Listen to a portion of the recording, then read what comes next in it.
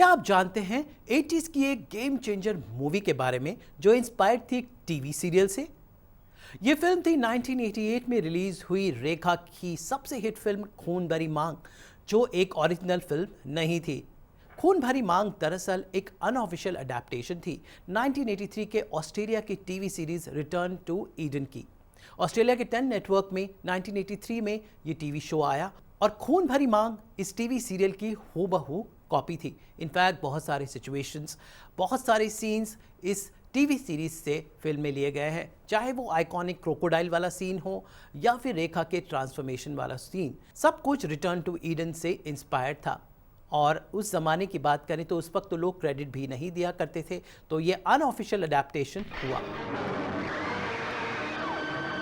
लेकिन खून भरी मांग भारतीय सिनेमा की एक गेम चेंजर फिल्म थी। 80s की दशक में रेखा का करियर जहां डूबने जा रहा था, वहां राकेश रोशन, जो एक जमाने में उनके को स्टार रहे थे, वो उनके लिए एक फिल्म का आइडिया लेकर आए, जिस फिल्म का नाम था खून भरी मांग। और इस फिल्म ने रेखा की किस्मत बदल दी।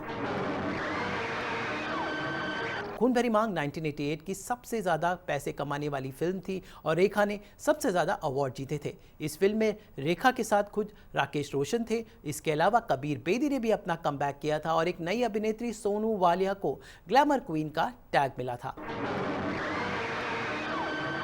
खून भरी मांग की कहानी ऐसी थी कि भारतीय ऑडियंस को ये इतनी पसंद आई कि ये फिल्म बहुत बड़ी हिट रही। हिंदी के बाद ये फिल्म तमिल में भी बनी, जिसका नाम था गौतमी, जिसमें सुहासिनी ने इस किरदार को निभाया था। उसके बाद तेलुगु में और यहाँ तक कि उड़िया में भी ये फिल्म बनी। खून भरी मांग से इंस्पायर होकर ढेर सारे टीवी सीरियल्स बने, लेकिन ओरिजिनल टीवी सीरीज की बात करें तो रिटर्न टू ईडन ऑस्ट्रेलिया में शूट हुआ था और जब इसका टेलीकास्ट शुरू हुआ तो ये ऑस्ट्रेलिया के अलावा फ्रांस में और रशिया में बहुत ज़्यादा देखा गया। रिटर्न टू ईडन में ऑस्ट्रेलिया के ढेर सारे अभिनेता थे, लेकिन सबसे स्टैंड आउट हुई रेबेका, जिन्होंने मुख्य किरदार निभाया था। इसके अलावा जेम्स राइस और वेंडी के किरदार भी पसंद किए गए, जो दरअसल कबीर बेदी और सोनू वालिया के किरदार थे। इस टीवी सीरीज को बाद में अडैप्ट भी किया गया। यहाँ तक कि खून भरी मांग को भी राकेश रोशन वापस बनाना चाहते थे और इसका सीक्वल भी उन्होंने प्लान किया था, लेकिन ऐसा हो न सका।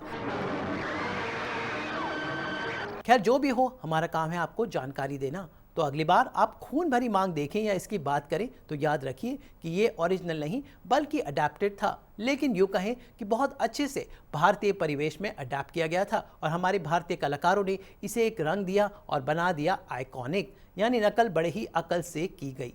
तो बॉलीवुड, टीवी, ओटीटी और मनोरंजन की दुनिया की हर छोटी और बड़ी खबरों के लिए आप बने रहिए हमारे साथ और जुड़े रहिए।